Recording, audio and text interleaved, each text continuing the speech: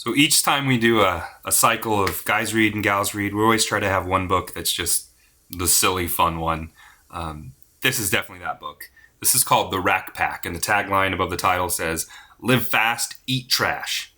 And so this is about the Binns family, which is a trio of raccoons, even though one of them is clearly an opossum, but he's in denial. He is a raccoon in his mind. He's just, his tail and his tail fur hasn't come in yet, but he's not worried about it.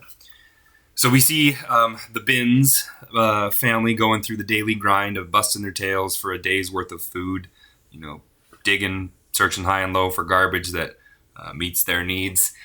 We see early in the beginning that they're unveiling up on the stage a brand new, trash can that's supposed to be deterring for the rodents that are constantly plaguing the city residents.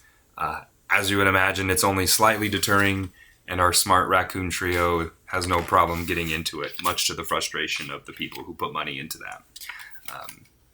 We see them coming across this new store. A new store that's throwing out perfectly good food just because it's ugly. And so they think they've stumbled upon the holy grail of trash source. But there's a new trap that gets sprung on them. Fancy new trap.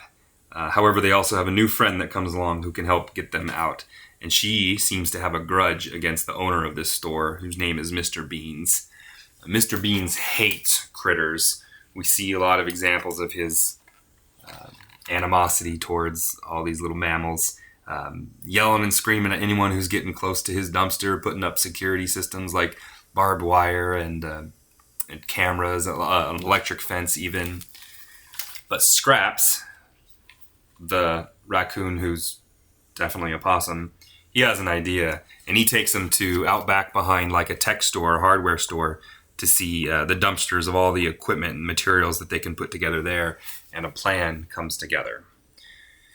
So we have fun seeing them putting their plan together. The story is written in a way so that it doesn't tell you a whole lot about what's going on, so you're expected to see it as it unfolds. And you do see it, and it's hilarious. Including a pretty funny scene with Mr. Beans being trapped inside a decoy dumpster with a skunk who's got a grudge. But we see the chase scene, Mr. Beans chasing after them who are running away with the dumpster, and he's on his little hip scooter. Mr. Beans is out of his mind, furious, and not thinking so straight. But in the end, we have, as you would hope, success. They're set for, not for life. They're going to eat it all, obviously, especially because they have a neighborhood block party to share their treasures. This book has no intention of being taken seriously, and we should be absolutely okay with that. So that is the fun story of The Racc.